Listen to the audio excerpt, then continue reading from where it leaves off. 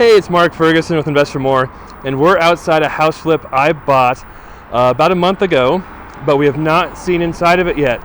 And now it is vacant, and we can see it. So we are on a very busy road, which normally is a pretty big deterrent on buying flips, but this property is a college rental, or it could be a college rental or a single family home, so it actually does not impact it as much as you might think. This is the 230th flip I think I bought over the years, and we paid $297,000 for it, I believe. I had a short video earlier that showed the outside of it, and now we get to decide what we want to fix, not fix, and what we'll do with this property. So we'll talk about all of that, show you what it looks like, and of course check out investformore.com with much more information on my flips, rentals, be an agent, all that great stuff. And then we love the likes and shares and comments, so keep those coming as well too. And this is kind of a weird situation as well, because I'm not 100% sure they moved out, but I'm 99% sure they moved out. So we bought it January 31st, and then they never paid rent for February and did not pay rent for March either. And we've called them and no reply. It's gone straight to voicemail. No messages come back.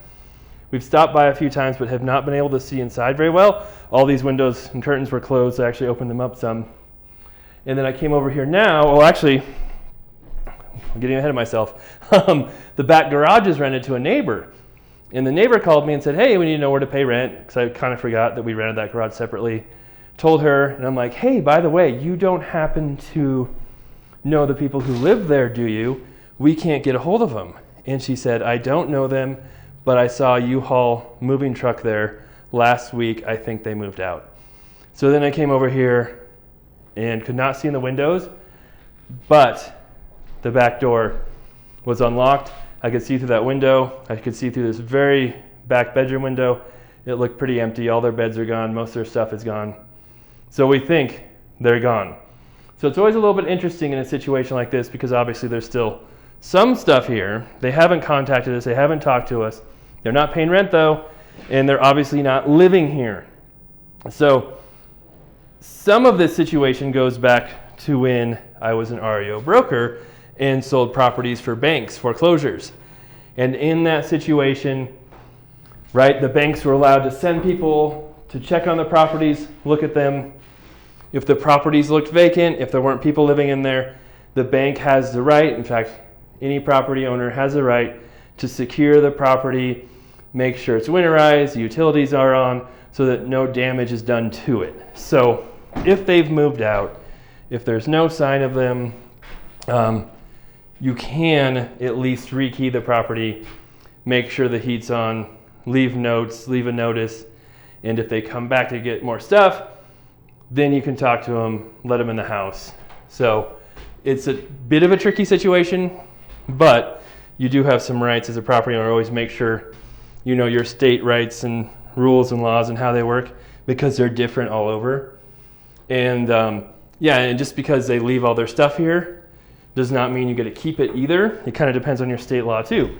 And in Colorado, it's usually if they've left less than $300 worth of things based on garage sale value, you don't have to do an eviction.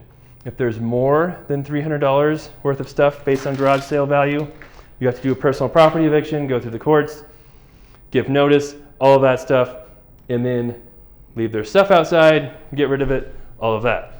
So in this situation, like, there's definitely some stuff here, but I don't see anything super valuable. So we'll definitely leave a note on the door, try calling them again, and see what's going on. But the fridge is empty. You know, it looks like they aren't living here, but I'm not 100% sure. And then you can see, yeah, this door was just unlocked, open. That door was unlocked, and that's always a little sketchy too, you know, knocking on doors and walking into properties, trying to see if someone's home. I've done that a lot of times as a REO broker, wondering if somebody's there or not. And that's the garage in back that's being rented to the neighbor as well. Big yard, big property. And like I said, This could be a college rental or a single family home. It's got the kitchen here, which as you can see has been updated with at least newer cabinet doors at some point. Not amazing, but it's okay. It's got, the flooring is not great. The laminate, cheap laminate flooring is pulling apart. But you can see it's got a decent sized living room, a bedroom up here, a half bath in that bedroom. And then you've got a basement. It's unfinished, sort of a murder room. Neat old features, the old doors and stuff. And upstairs, we've got lots of living space as well. So I paid $297 for it. I think it was rented for $2,100 if you count the garage before. It could probably be rented for a little tiny bit more if you rented it to college students, but it's been a little trickier renting to college students after COVID, especially 4 or 5 bedroom properties like this one, because not as many college students want to live together now. They want their own spaces. So it might work just as well to sell it vacant and let someone else decide, hey, do we want to have a college rental and be an investor, or do you want to live in it, or do you want to buy it for your kids and have them live in it with roommates? There's all kinds of options if you sell it vacant, and sometimes that's better than having it rented, but a lot of it depends on the year, the time of the year too, right? It can be trickier renting. Oh, that's a huge closet. College rentals in the middle of winter when school is still in session. And that door is locked. I don't know how to get in there, but I feel like they said, I don't know if there were stairs to the attic or attic access through there. And maybe another day we'll go in there. So good sized rooms, the only issue, oh, another window is open. So yes, there's a good reason to come in here. This room is good size, has no closet. So technically it's not a bedroom, but if we added a closet, it could be a bedroom.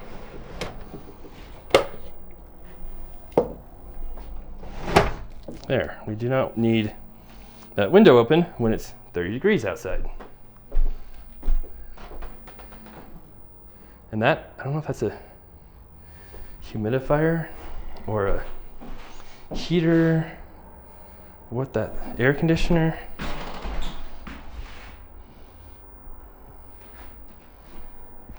Not positive. And we keep going this way. You can see they did not clean up very well, obviously. Another bedroom back here. And that window was also just open a few inches too when I got here. They left a lot of clothes though, and a lot of kids stuff, and unfortunately we see that a lot. That happens when people move out. They just leave so much stuff and kids stuff. So if they do come back, of course, you know, we can get all that stuff back to them, but it wouldn't be surprising to me if they just left all of this stuff. And then here's, yeah, the one full bath in the house. So it definitely needs some love, a little bit of work, but it's neat. It's got the old doors. It's got a lot of the old trim. It's not in that bad a shape. So it shouldn't take too much to get it fixed up and sold. So we'll walk down here and then check out the basement, which is not something we would do on this one, but there is a possibility of finishing it and adding another unit here as well. It's zoned for that. You can see it's got an exterior entrance right there. Very steep stairs. And then I guess we haven't talked about, make sure, hello, there's nobody here. It should be worth close to 4, right around 400,000 once it's cleaned up a little bit, even without the basement finished. With the basement finished, if you want to try and make this another unit, then it could be worth even more. And I haven't been down here yet. I mean, I have been down here when I first looked at it, but I mean, today. Oh, that's leaking. See, look. Another good reason to come here. That was probably hooked up to their washer and now it is leaking. So we'll have to get that checked out. Oh no, there's washer and dryer right there. Sitting there, but they're not hooked up. Okay, interesting. And that? Don't know what that is.